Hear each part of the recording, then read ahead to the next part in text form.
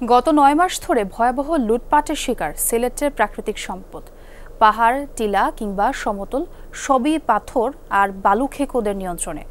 পরিবেশবাদীদের অভিযোগ, লুটপাট ঠেকাতে কার্যকর উদ্যোগ নিচ্ছে না প্রশাসন। নানা সীমাবদ্ধতার কথা বলছেন জেলা প্রশাসক। আহমেদ শাহিনের ছবিতে মাহবুবুর রহমান রিপনের প্রতিবেদন। ১৩টি মশলার এক দারুণ কম্বিনেশনে তৈরি ইফাত রশিদ বিরিয়ানি মশলা। উৎসব এখন প্রতিদিন। ৫ আগস্টের পর থেকে পরিবেশগত সংকটাপন্ন এলাকা জাফলংয়ে চলছে এমন লুটপাট। পিয়াইন নদী থেকে উত্তোলনের পর প্রতিদিন হাজারো ট্রাকে যাচ্ছে কয়েক লাখ ঘনফুট খনিজ সম্পদ। ইসিএ এলাকাতেই গর্ত করে তোলা হচ্ছে পাথর, কোথাও নিষিদ্ধ ড্রেজার দিয়ে উঠছে বালু। ইসিএ এলাকার নদী থেকে তুলে বিনা বাধায় বালুগুলো রাখা হয়েছে স্তূপ করে। ইজারা বহির্ভূত জায়গা, বাংলা বাজার, বালিরাহর জায়গা থেকে এগুলা বালু স্টক করা হয়েছে। ওই জায়গা থেকে তোলার কারণে এগুলো জব্দ করা হয়েছে। এটা আজ থেকে ৪-৫ মাস আগের ঘটনা, কিন্তু এই জব্দ করার পর এই যে কমিটি গঠন কিংবা এগুলো নিলাম দেয়, এই প্রসেসিংটাই করছেন না। এটা আমাদের কাছে একটা রহস্যজনক লেগেছে। কিন্তু যারা এসব করছেন তাদের অজুহাতের শেষ নেই। জায়গায় স্যার এই যে বালুটা উত্তোলন হয়, ওইদের দু সাইডে বাড়িঘর জন্য স্টক করা যায় না এবং পানি অন্য কম, এইদিকে পানি থাকে বেশি।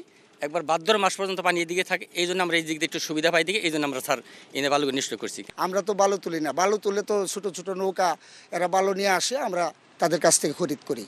প্রশাসন বলছে বালু তোলা বন্ধ করতে না পারলেও সরকারি সম্পদ হিসেবে জব্দের অভিযান চলছে। যে বালু স্টক করে আছে আমরা খবর পেয়েছি যে এটা ইসিভুক্ত এলাকা থেকে তোলা, এবং এর জন্য পরিবেশ অধিদপ্তরকে সাথে নিয়ে আমরা বালিগুলো জব্দ করেছি।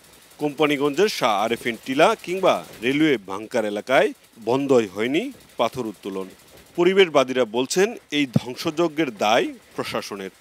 দায়িত্বশীল কর্তৃপক্ষ হিসেবে যদি আমরা আইনশৃঙ্খলা রক্ষাকারী বাহিনী এবং প্রশাসনকে বলি, তাহলে তাদের চোখের সামনেই তো এগুলো তোলা হচ্ছে এবং তারা যে অবগত না এটাও না। এখন চেষ্টা করেও আপনি পারছেন না, তখনই আমরা বলতে পারি যে আসলে ব্যর্থ। কিন্তু আমরা তো আসলে এখানে জোরে সোরে কোনো চেষ্টা আমরা এখনো দেখিনি। এসব থামাতে নিজের চেষ্টার কথা জানালেন জেলা প্রশাসক। এগুলা সংরক্ষণ করার জন্য যে পরিমাণ নজরদারি দরকার অথবা যে পরিমাণ লোকবলের প্রয়োজন, সেটা আসলে আমাদের উপজেলা প্রশাসন বা থানা লেভেলের কোনো অফিসের নেই, আইনশৃঙ্খলা বাহিনীর নেই। তারপরেও তারা যখন এসব বিভিন্ন ধরনের কার্যক্রম হচ্ছে, আমরা নিয়মিত অভিযান পরিচালনা করছি। অভিযান পরবর্তী সময়ে তারা আবার নেমে আগের মতো করে নেমে আসে। তো এটার বিষয়ে আমরা একটা কার্যকর পদক্ষেপ নেওয়ার চেষ্টা করছি। জাফলং রক্ষায় পরিবেশগত সংকটাপন্ন এলাকা ঘোষণা করে ২০১৫ সালে গেজেট প্রকাশ করে সরকার।